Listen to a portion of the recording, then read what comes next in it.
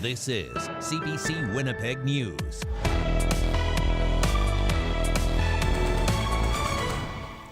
Good evening. Thank you for joining us. We are learning more about exactly what happened leading up to a deadly stabbing at Winnipeg's Millennium Library back in 2022. The final youth involved in that attack was sentenced today, and so the details can now be released.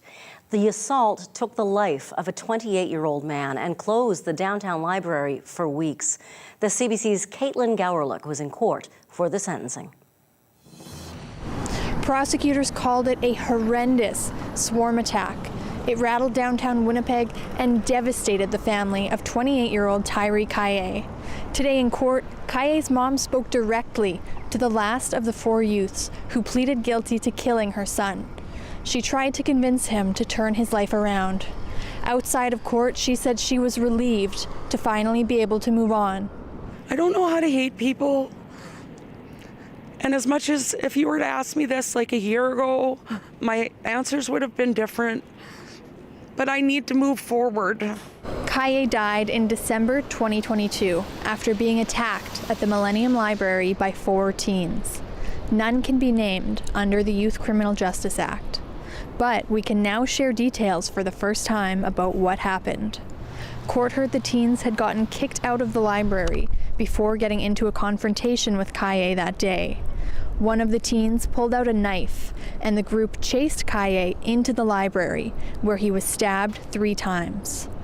Court heard the youth sentenced today wasn't the one who stabbed him, but he did start the fight and was the last to push Kaye, even after he was stabbed. The youth who was in court today pleaded guilty to manslaughter.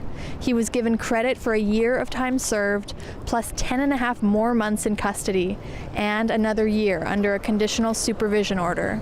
Kaye was a star running back for the Elmwood Giants football team, but he struggled with his mental health. His mom said he thought of himself as Robin Hood, and was always trying to help others in need. Moving forward, Tanya Kaye says she doesn't want her son to be remembered as the guy who got stabbed at the library. Instead, she says she hopes people think of him how she does, as a generous, kind person and number 33 on the Giants. Caitlin Gowerlich, CBC News, Winnipeg. A federal court has ruled the government's decision to invoke the Emergencies Act during the weeks-long 2022 convoy protests in Ottawa was unreasonable. The federal government invoked the act to clear protesters who were upset with Canada's COVID-19 pandemic response, including vaccine requirements. I don't want to minimize the gravity of the actions we took. Neither do I want to minimize the gravity of the threat Canada faced. And to your question, that was Deputy Prime Minister Chrystia Freeland. She said the government will appeal this ruling. The case was brought forward by the Canadian Civil Liberties Association and other groups. They argued that Ottawa ushered in the measures without sound statutory grounds. The judge ruled that the protests did not meet the legal threshold for a national emergency. Today's ruling is at odds with the findings of a public inquiry published last year. It found the federal government was justified in invoking the act and met the high legal standard for using the law. Today marks the final hearing in a professional misconduct case against the University of Manitoba's former law school dean. The CBC's Bryce Hoy has more. The Law Society of Manitoba's disciplinary panel is already convinced Jonathan Blackbranch devised a scheme to misspend over $500,000 of funds from the University of Manitoba. They said as much in a written decision last month. But what remains to be decided is how he should be punished.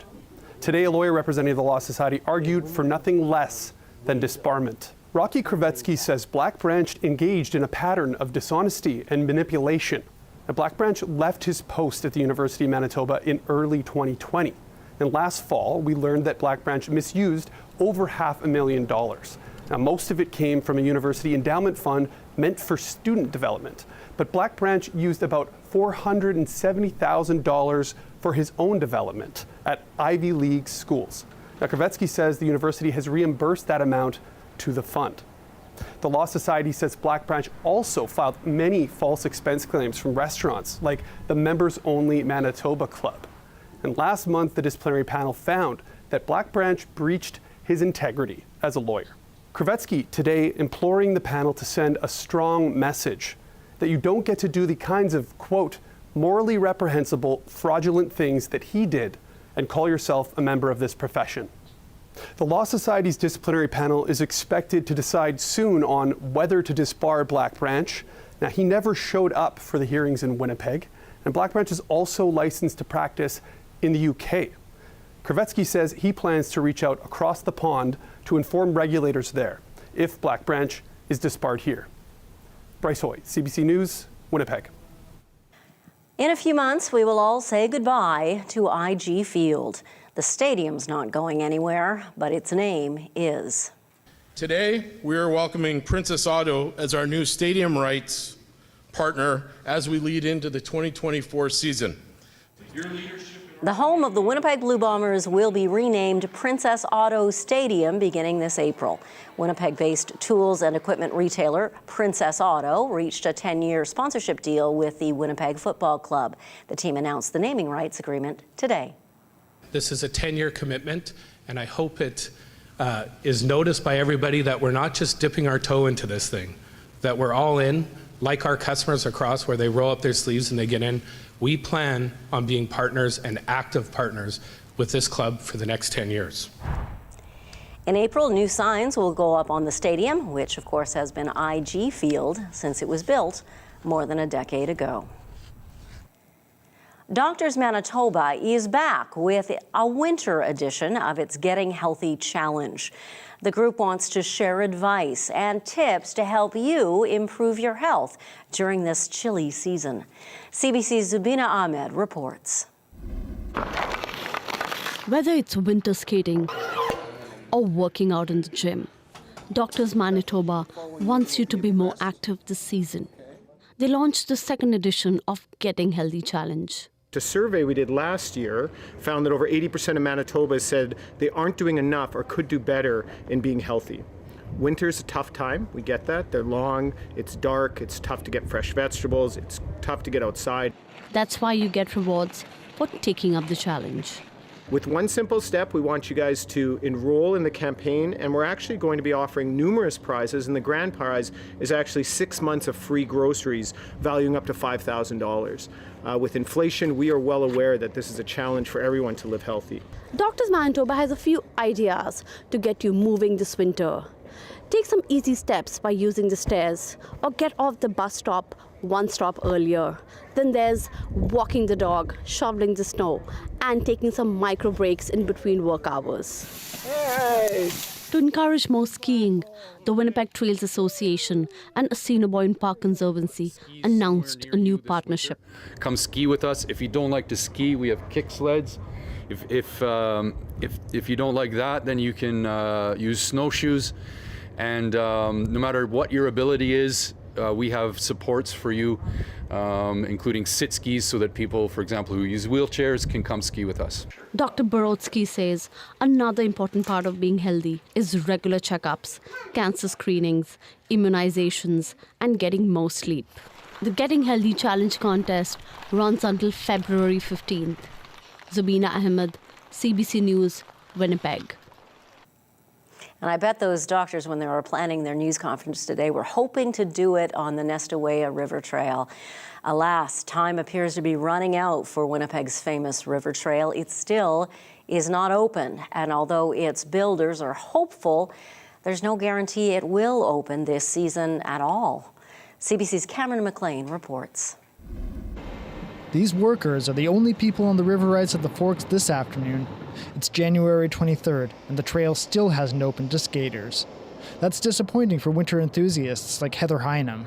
It is definitely sad, and I mean, I can't help but be worried about, long term too. I mean, my background is in ecology, and I know a fair bit about climate change, so this worries me. Kathy Lakin took her sister, Ann Polton, visiting from Edmonton to check out the famed Winnipeg attraction.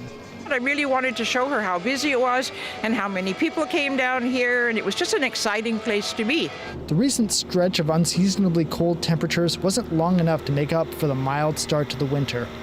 David Pankow and his team at the Forks scrambled to get the trail ready when an influx of water came up the river from storms in the United States.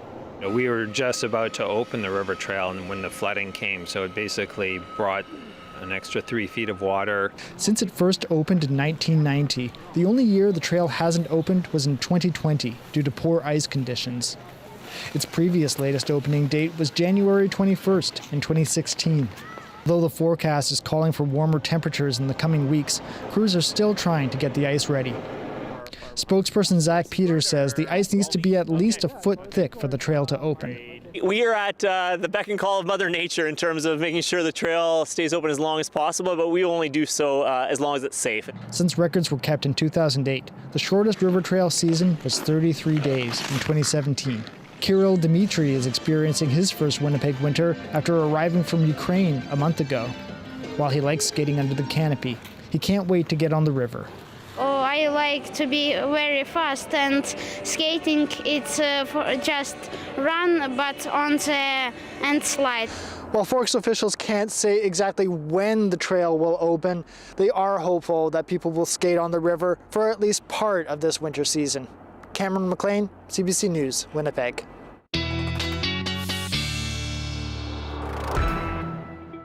So we know we're in for a nice mild spell. I think it's nice. Riley Lachuk, of course, our weather specialist, is the guy who would know how long a stretch of warmer than normal weather do you think we're going to have? Well, so far we're looking at least the next 7 days, and temperatures could even get above zero as we get into next week. Let's show you the computer model first and show you what the computer has to say about our projected daytime highs over the next week or so. Keep in mind, this is just one model projection on what's happening over the next week or so. So as you see, as we get into Tuesday, Wednesday, Thursday, Friday, and Saturday below the zero mark, but still not cold by any sense. Cold enough to, help the river trail any. And then forecasting some above zero temperatures as we get into Sunday, Monday, and Tuesday. So we're looking at least a week so far of above seasonal temperatures, and I'd bet that we even see a few more days after that where we're looking at least the models are projecting some warmer than average conditions. So looking at our upper level atmosphere, warm Pacific air pushing across the Prairie provinces and further to the north as we get into the day on Wednesday and Thursday and Friday. And as you can see, that warm air really, as we get into the weekend, pushing even as far north as the Northwest Territories. Northern Manitoba, the Hudson Bay Coast, still staying in this more seasonal pattern. But yeah, we're looking at a prolonged period of some warm temperatures as we get into next week. So looking at satellite radar, really we have been stuck under this cloud cover here in the Red River Valley. We did see a few sunny breaks really across southern Manitoba late this afternoon, but otherwise we've been stuck in either this high level cloud or some of this thicker bank of cloud that we've been stuck in here in southern Manitoba for the last couple days now. I thought we'd see a couple sunny breaks at least through the afternoon, but no dice through the afternoon today. Looking at what's ahead, a few snowflakes, some snow through northern Manitoba through the evening tonight. That cloud sticking around into southern Manitoba. Could even see some mixing early in the morning. Warm air aloft means that we will see a risk of some freezing drizzle across southern Manitoba as we head into the early morning tomorrow. And clear skies to start the day. Could see some flurries, some freezing drizzle as we get into the morning, and even some fog patches, especially Portage-La Prairie west to the Saskatchewan border. We'll talk about that a little bit later in the show, but as we head further into the week, we're looking at this cloud cover kind of sticking around as we get to Thursday and maybe a bit of clearing as we get into the day on Friday, finally. So the winds have been a little bit on the strong side for the Red River Valley. We'll start to see that dying down as we get into the day on Wednesday, and we're looking at much calmer conditions. Cloudy -4 in Winnipeg, south winds at 37. That's a sustained wind, so it's kind of gusty out there. Looking at temperatures as we get through the night tonight, really staying where they are as we get into the morning tomorrow, right around -2, -3 for southern Manitoba. So we're looking at a temperature rising to -3 in Winnipeg by the time we get to tomorrow morning, with that chance of some fog, some freezing drizzle, -1, mainly cloudy in the afternoon. And Janet, we're staying right around the freezing mark with a little bit more sun as we get towards the weekend. Well, thanks for all this, Riley. We'll check in with you a little bit later. Sounds good. Chris Arifa says boxing can save lives. He helps run an after-school program at the North End Boxing Club in Winnipeg.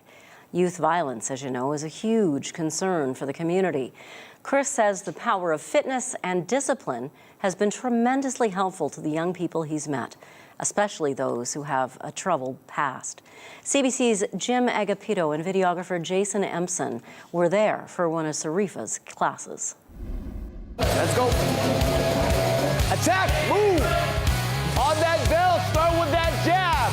North End Boxing was offered through Pan Am Boxing Club, partnered with the City of Winnipeg to help at-risk youth come to a place to learn the sport of boxing. Bam, high guard. Good. Get your gloves on the bag, let's go. It's a free boxing program, but that doesn't mean they just come through this door and accept the free boxing. We want them to earn it. So we encourage them to come here with their homework, 30 minutes of homework, reading, or volunteer around the gym. It's a safe place for kids to be with positive people, positive role models that have a great team that can help them guide and have a good impact in their life outside of this club. Some kids aren't here just for the boxing. Again, it's for the community, the long for belonging somewhere. I've been in this community, I've seen the ups and downs, and I know how hard it is sometimes when you don't have someone there to listen to you. Hey, everything okay with you? Or anywhere else to fix it. I've seen kids come here with a lot of anger issues, a lot of self-confidence issues, and again here with our hard work program, they can release all their anger, frustrations out here on the bag during the hard work. They can gain self-confidence on how well they do progress. Good job, Kyle. Meet other people, join our family, North End Boxing Club here. 10 seconds, 10 seconds. Boxing is just not the physical aspect of it. It's also a mental game. Decisions you have to make in the ring also can help make the right decisions outside of here. Jordan, let's go. It's been pretty positive. Like a year ago, I didn't have much confidence in myself, right? Then, I don't know, boxing helped me find that confidence, and now I'm outgoing. Good, keep those hands up. For me, the way it keeps me out of trouble is like I got something to do afterwards instead of being on the street, doing whatever, getting into whatever, you know? It gives me somewhere to be, a place to belong. Good. Living like in North End my whole life, I wouldn't say it's tough for me anymore, but at times it can be. Because there's a lot of gang violence, a lot of like, you know, our youth crime rate, it's extremely high right now. And it's because we don't have like many places like this. A lot of us get dust under the rug. Oh, you're some North End kid, whatever, right? And we're more than that, like we're way more than that. We got geniuses and we got all that. But we don't have the programs to like express ourselves. 1, 2, 1, 2. So it's like a second family. You could just do whatever. You could talk to them like they're your brother. It's nice, it's beautiful. Go outside, good. He's a great coach. He's taught me a bunch of things. Taught me like just to like keep on that track, keep on a good track, right? He's built stability in my life, which I appreciate him for. He makes us do some tough workouts, but it's actually really good because he actually pushes us. I learned discipline and like how I can control my anger. Most people here are really nice and can actually talk to. 2 down, hold. I make sure to leave out here sweating. Up. Tired. If they're a talker, after the workout, they're not a talker. That means they're too tired to talk. 1, 2, move around. Don't stay in one spot. Well, it makes the members here believe that they can do something if they put the hard work into it. And I will enforce and encourage them that even though they fail, never give up. Great story. Okay, up next, head-to-head in New Hampshire. Donald Trump, Nikki Haley facing off in the state's Republican primary. Can Haley keep her campaign alive? Or will Trump deliver that knockout blow to his last Republican rival? The story when we return.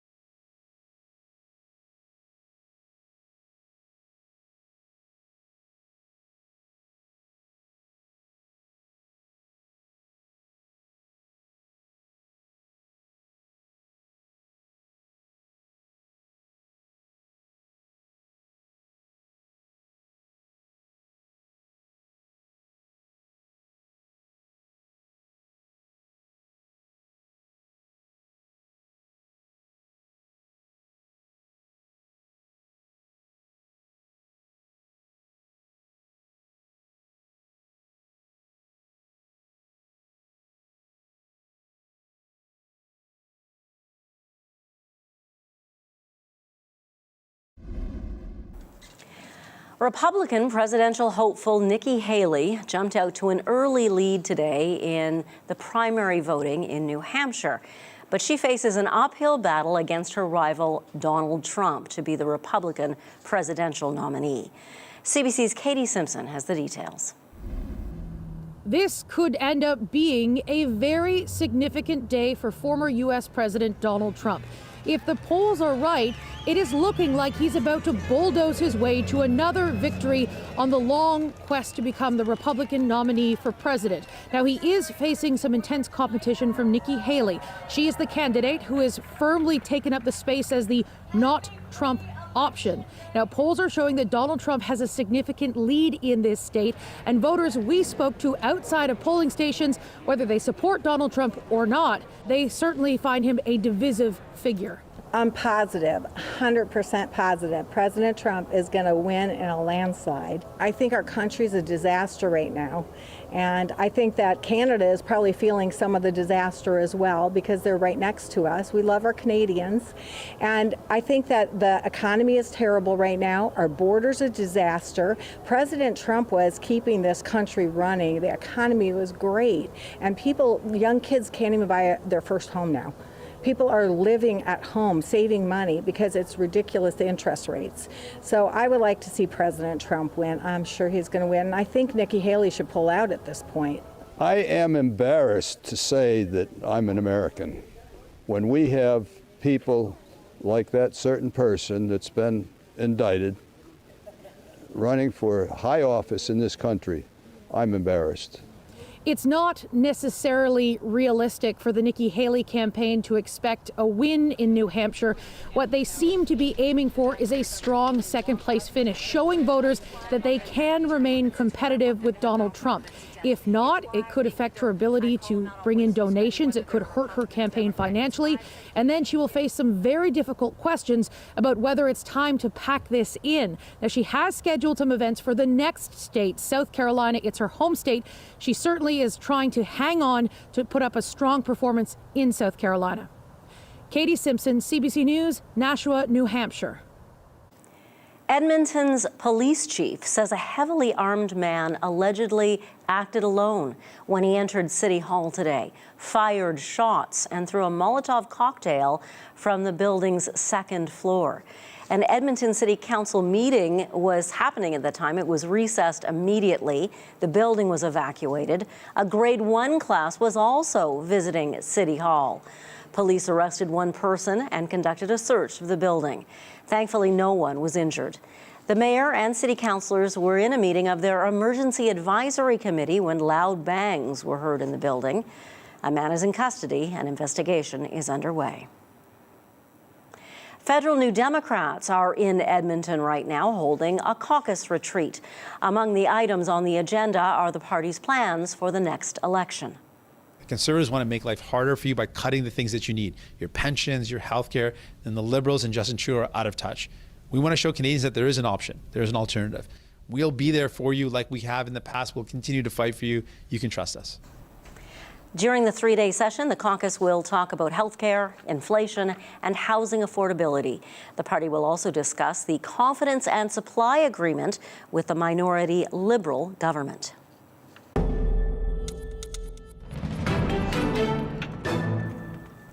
Hamas has rejected Israel's proposed 2-month ceasefire.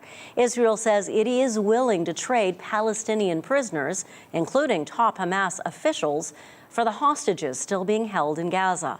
All this comes as Israel mourns its single deadliest day of fighting since the war started in October.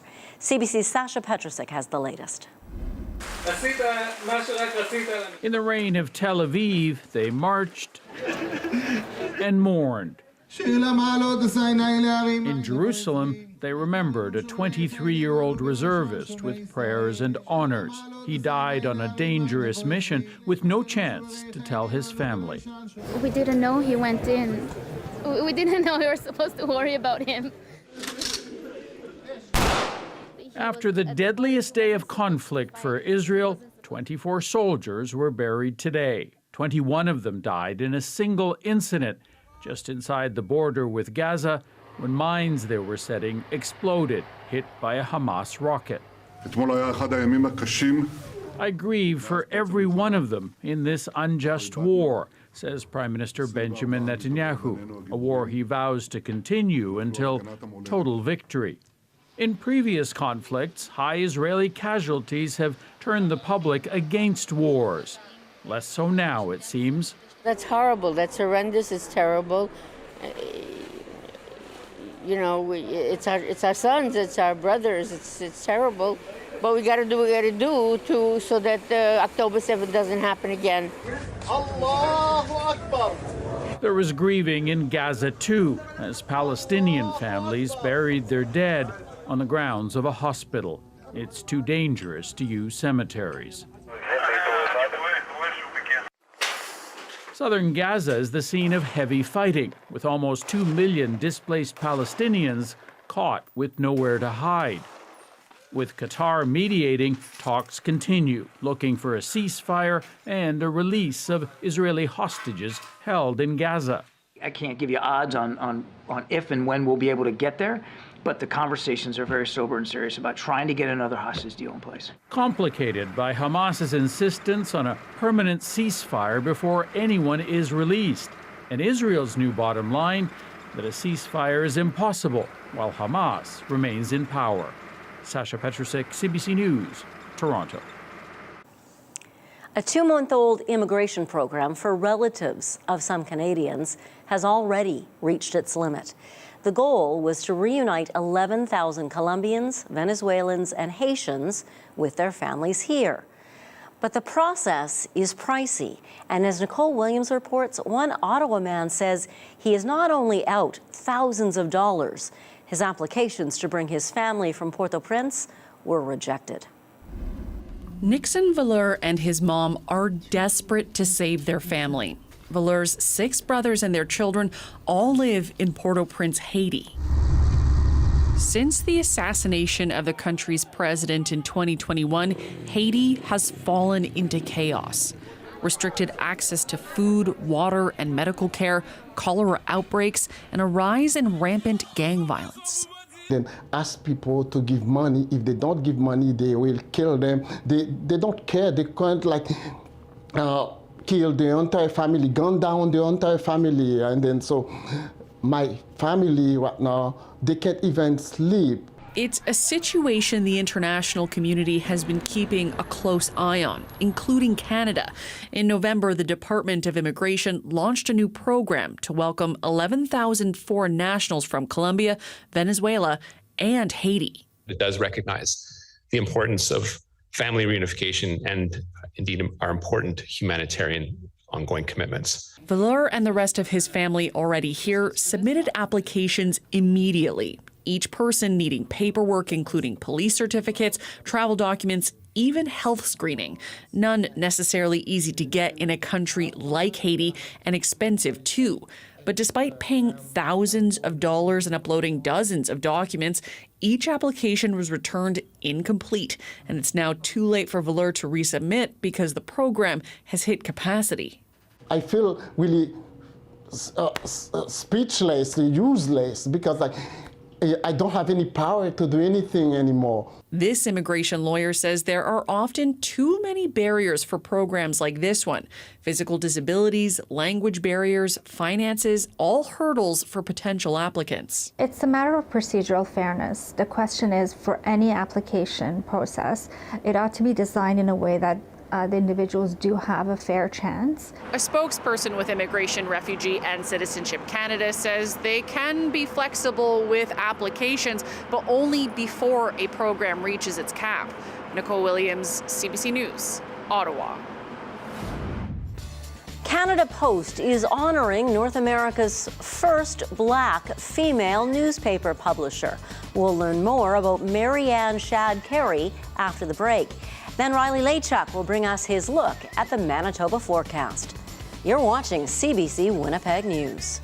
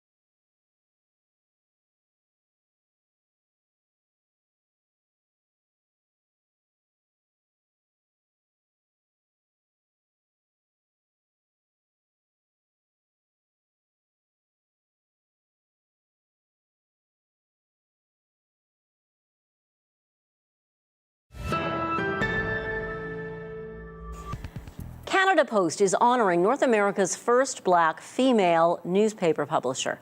A new stamp featuring Mary Ann Shad Carey was unveiled today. She started a paper in Windsor, Ontario in 1853. It was published in Toronto until 1860.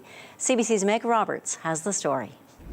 I'd never heard of her before. It was a trip to the museum in North Buxton, a community located outside Chatham, Ontario, known as one of the last stops on the Underground Railroad, that Adrienne Shad found out about her great-great-great-aunt, Mary Ann Shad Carey. I was absolutely astounded. Astounded at the magnitude of her ancestor's life. Born to a family of Delaware abolitionists in 1823, Mary Ann Shad Carey moved to what is now Windsor, Ontario, opening a school for the children of freedom seekers. Later, she would become the first Black woman in North America to publish and edit a newspaper, the Provincial Freeman. She seemed fearless in her endeavors. She didn't seem to be afraid to criticize Black male leaders, white male leaders. Going by her initials to not disclose her gender, she encouraged Black immigration to Canada through the publication, speaking candidly about slavery in the mid-1800s. And she is certainly someone whose story needs to be better known. This is the only photo we have. Family members like Irene Moore Davis know the impacts Shad Carey has had on the nation's history. Like many relatives, she's dedicated her career to telling it. And she's hoping with the help of Canada Post, more Canadians will get to learn it too. In honor of Black History Month, Canada Post has unveiled its newest stamp. It means so much pride for our family. The stamp was collaborated on by family members who gathered to see the final product in Chatham, Ontario, but also for a rare opportunity to reunite. It's nice to see people and just enjoy the moment and celebrate the iconic Mary Ann Shad Carey. Mary Ann Shad's family members celebrating the work she left behind, but it's with their help her legacy of activism and education lives on. Meg Roberts, CBC News, Chatham, Ontario. Some students in Montreal have won an award for an idea to tackle icy pavement. As Matt Demores reports, the plan is a real pickle. For years, cities across Canada have been testing alternatives to rock salt, which isn't great for the environment. Ideas have included wood chips and even beet juice. And this group of John Abbott College students wanted to find a new solution. And we thought about, it's winter now, what can we do to improve our environment now? So what did they come up with? This is a big jar of pickles, and inside, pickle brine. Now, some people like to drink it straight up, which is a personal choice, no judgment. But what if instead of an unconventional thirst quencher, pickle brine could also help deal with icy roads and sidewalks? These students think it can, and their idea won them first prize at last week's Green Innovation Challenge at John Abbott. They say the magic ice-fighting ingredient in the brine is, unsurprisingly, salt. So you put it on roads before any ice is formed, and it'll prevent ice formation. And also, due to the fact that it is a liquid, it's less jagged than rock salt, obviously, and it won't deteriorate or erode the ground. The students got a big novelty check for their innovative idea, but they're also getting support from the college to start a pilot project. Tried it on the areas on John Abbott College that we're responsible for. Hopefully expand it more around the campus areas so that we have safe and areas clean of ice. And we were hoping maybe we could even inspire other schools to do something similar, or even like the city. Okay, a couple more questions. Plenty of stuff is salty. Why go with pickle brine? Because it's a very easy to source liquid. If you think about it, pickle brine is really just a food waste product, essentially. All right, but will this mean the John Abbott campus will smell like pickles outdoors during the winter? There might be like a little bit of a vinegar smell, but it shouldn't be like too bad or anything. The students hope the pilot project will start next winter. Now all they need is someone to open all those pickle jars. Matt Demel, CBC News, St. Anne de Bellevue.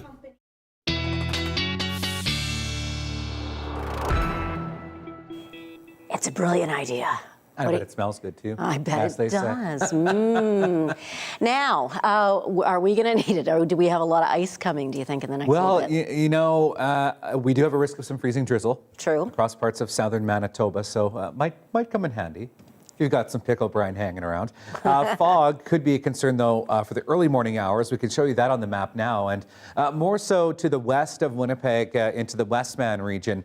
You can see even at 2 o'clock in the morning, projected visibilities down to about 200 meters in the Melita region. If we advance this into the morning tomorrow for the morning commute, you can see that Brandon down toward Boissevain, Killarney in some, projected to be some patchy fog through the morning tomorrow. Not so much impacting Winnipeg and the Red River Valley, but we could see some patchy fog moving through as well into the morning tomorrow. So current temperatures right now at about -3 for Eli and Morris, -4 right now in Winnipeg at the airport, -3 at the Forks. Normal daytime high for this time of the year is -12. So we are a bit above seasonal by about 10 degrees or so at this point. -5 in Brandon, -7 in Roblin, -6 in Swan River, and northern Manitoba right now seeing a -14 in Lynn Lake, -10 for the Pas, and -17 in Churchill. Normal high for the Thompson region and much of the north, right around -18,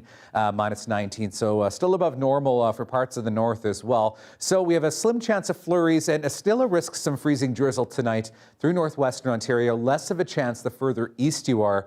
Temperatures around the -5 mark tonight. We do have a chance of that drizzle through the Red River Valley tonight. Emerson at -4, as well as Gimli -3 for both Winnipeg and Steinbach. More so of a risk of that freezing drizzle and those foggy conditions through Westman, -7 overnight in Brandon, -8 in Melita tonight, and -7 with a chance of flurries in Swan River. Bit of snow still moving through northern Manitoba. Periods of light snow through Flin Flon, the Pas, OCN. Could get 2 to 5 centimeters through Norway House, the Island Lake region. Gillam -16, Shamattawa. Periods of light snow -14 tomorrow. Could see some more sun, especially along the Hudson Bay coast tomorrow. -22 in Churchill, -13 in Thompson, so about 6 degrees above normal in the Thompson region tomorrow. Melita, Brandon, under a mainly cloudy sky. Best chance of some fog through the southwest corner of the province early in the morning. 0 for Morden Winkler with those fog patches into the southeast. We're looking at temperatures around the freezing mark with a mainly cloudy sky, and into northwestern Ontario, temperatures at about the freezing mark as well. Slim chance of some flurries as well through northwestern Ontario. Janet, your 7 days coming up. Thank you very much, Riley. You're welcome. This year's Oscar nominations have been announced. It's been a huge day for Oppenheimer. It leads the field with 13 nods, including Best Picture, Best Director, and Cinematography. And I know what it means if the Nazis have a bomb. Martin Scorsese's historical epic Killers of the Flower Moon landed 11 nominations, including Best Picture and Best Actress. Now, get this, Ryan Gosling is one of several Canadians recognized this year. He's been nominated for Best Supporting Actor for playing Ken in this year's biggest hit, Barbie. Toronto-born musician Robbie Robertson is being recognized posthumously for his work on the score of Killers of the Flower Moon, and Canadian-Korean filmmaker Celine Song's debut Past Lives snagged Best Picture and Best Original Screenplay nods. Amazing. Well, many of the best female curlers in Manitoba are at a banquet as we speak. It's the banquet that kicks off the 2024 Manitoba Scotties Tournament of Hearts. We're going to check in with the chair of the host committee to learn more about what's ahead for this week after the break.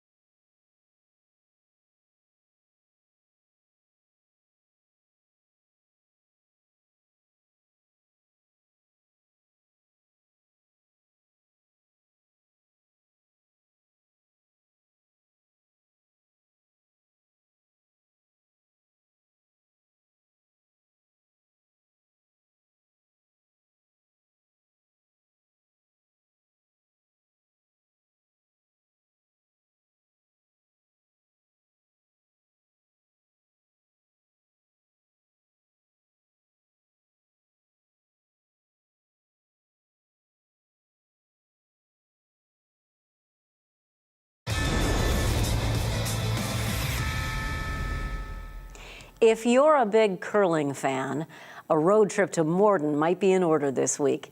The southern Manitoba city is hosting the 2024 Manitoba Scotties Tournament of Hearts.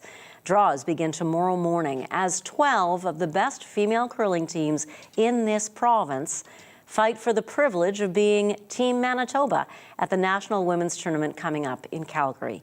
I caught up with the chair of the host committee just before this evening's banquet. Ernie Epp, thank you for joining us. Thanks, Janet. Appreciate you having me.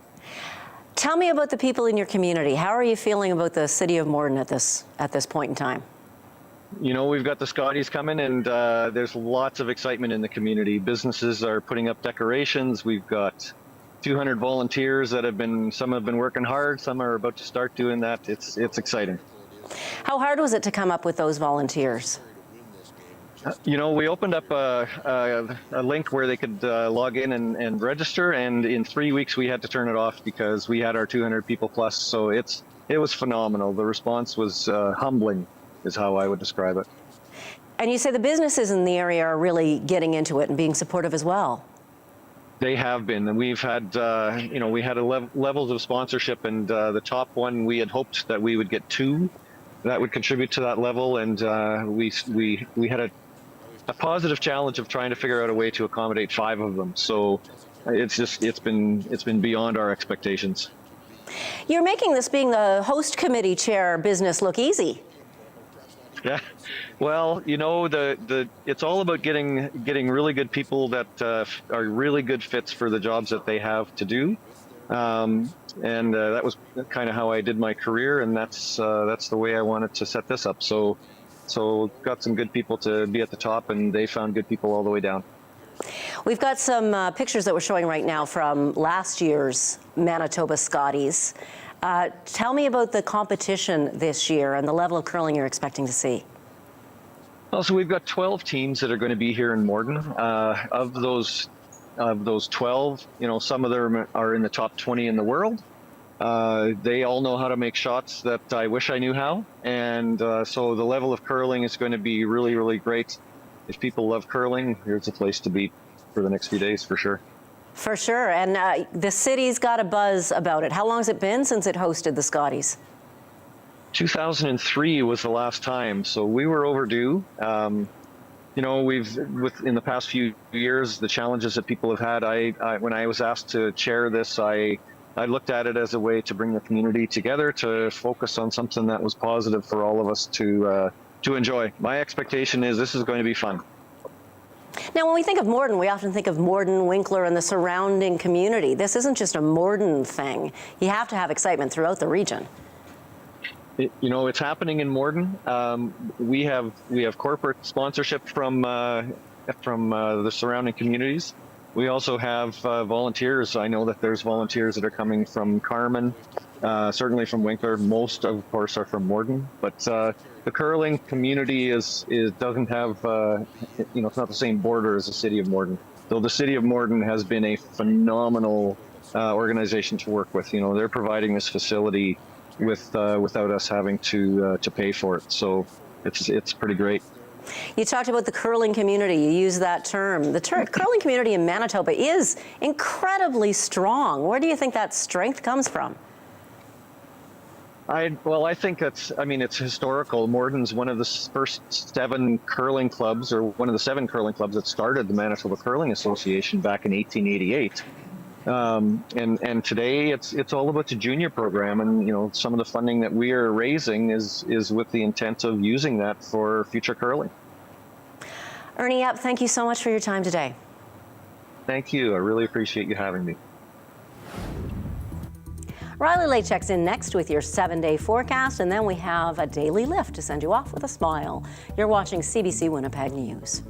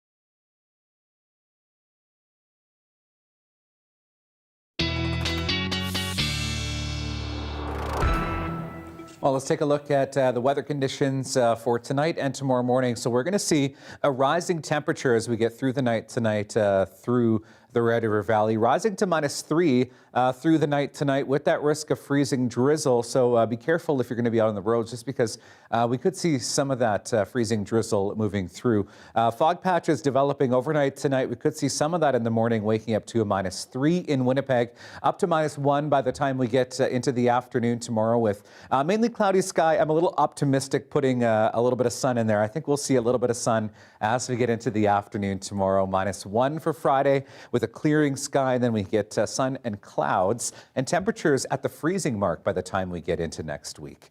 Well, some unsuspecting commuters heading downtown on Toronto subway got to ride with the country's most famous trophy. What? The Stanley Cup rode the rails to help promote an upcoming NHL All-Star game, which will be played in Toronto. CBC's Greg Ross has tonight's Daily Lift.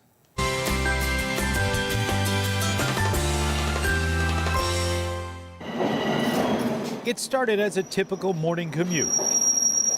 And then this happened. Yeah, that's it. Let's do it. This is former Leafs defenseman Thomas Kaberle taking the Stanley Cup for a ride on the subway. His first time holding the cup since he won it with the Boston Bruins in 2011. Something he remembers much better than his last trip on the TTC. It's been a while. I think the last time was a few years back with my son to the game. He'll definitely remember this trip, as will many of the commuters who unknowingly got on the train with him. Oh, it's amazing. What a stroke of luck to be on the train at this time. I was very surprised and excited. My husband's going to hate me for it today. This is an unexpected commute to work today. Kaberle is helping the NHL promote the upcoming All-Star game in Toronto, which is less than 2 weeks away. Fans from all over the world are expected to come and see the game's brightest stars. And the league can only hope they'll have the same excitement as some of these fans who got to meet one of their heroes today. Yeah, that's crazy. And then Thomas Kaberle just comes out of nowhere. Like, I don't know. It's just crazy right now.